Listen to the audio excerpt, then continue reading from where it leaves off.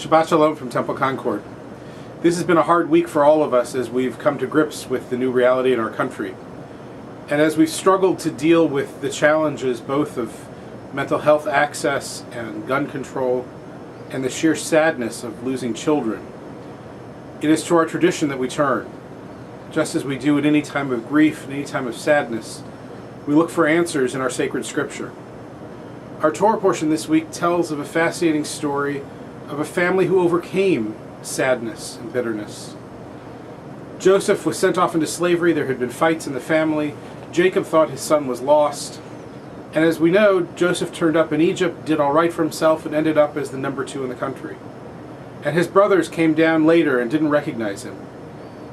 And they asked for food, and Joseph tried his best to hold it in, and at long last revealed his identity and, in a wave of emotion, embraced his brothers. So much of that story rings true to us this week. Years ago, if we were to be transported into the world of today, we might not recognize ourselves or our country, just as the brothers couldn't recognize their own brother. So much, too much, has changed.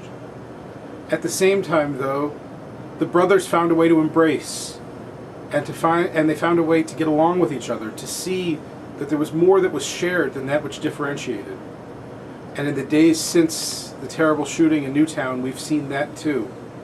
We've seen faiths come together. We've seen people with political differences come together. We've seen communities and a nation start to come together. Our Torah guides us in moments like this. Our Torah teaches us, hold tight to those which are most important. Hold tight to one's family, to one's faith, to one's community. And yes, sadness is going to come.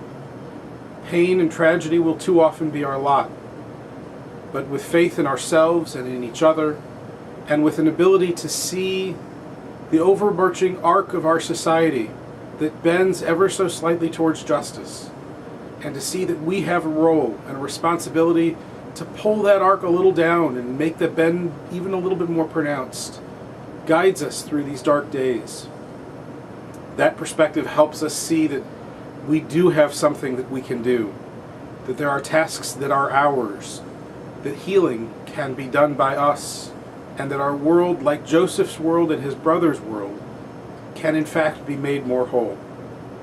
I pray that as the weeks turn to months, we will remember this tragedy and use it for good for all of us, and that together we can make our country and our people and ourselves stronger by what we've done to respond to this tragedy.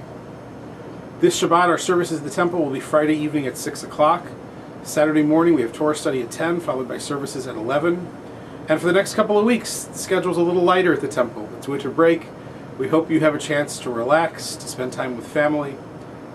But most importantly, I hope you have a chance to treasure that which is most dear to you and to reach out to help build the world that we all pray for, the world that we all envision, the world that our scriptures imagined, the world of shalom that we know is ours.